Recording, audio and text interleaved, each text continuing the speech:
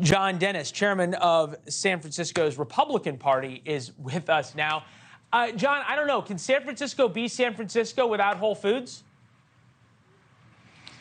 Well, no, and I have to tell you the Nordstrom shutdown is there's really no sugarcoating that can be put on that. It's a disaster for the city, and it sends a message loudly and clearly to the business community that things have taken a really bad turn.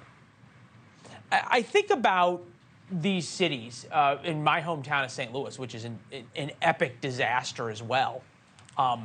Certainly a higher murder rate than San Francisco. And I wonder, especially when it comes to sort of getting a handle on these things, even if the policies changed tomorrow for police to start really enforcing the laws and prosecutors actually prosecuting the offenders, if you could get the businesses back.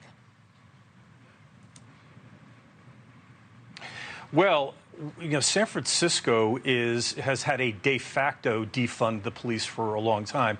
It has about 2.5 times fewer cops on the street than New York and Chicago, and about half the cops that LA has on the streets. And so businesses are not going to come back if they can't make a profit. Now, this interesting thing about the city of San Francisco is, though, even though it's sort of got this progressive color to its politics. If you look at the mayors who've been elected over the years, going back certainly for as long as I can remember, and as long as I've been here, they've always been sort of, you know, moderate, pro-business, Chamber of Commerce presidents. Those people have to take back the city from the participation trophy generation. The participation trophy generation now runs the city. They want to be in charge, but they don't want to enforce the rules, and that regime has to come to an end. All right.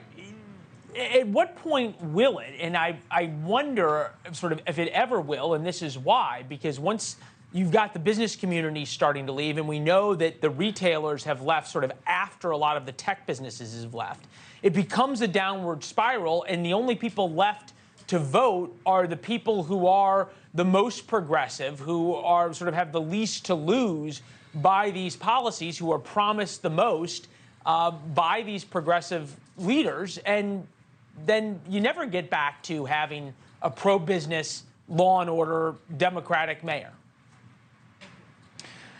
But, you know, the progressive people don't have any money. I mean, they get money for people who have made money. And when the people who have made money stop giving it to them and saying, OK, we've got to go in a different direction, then you'll see a turn in San Francisco. It's going to happen.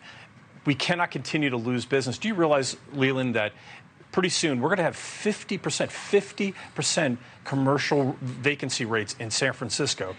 Do you imagine what that's going to do to property taxes, and even maybe more importantly on the international scene, what that's going to do to the banking system, to the banks here?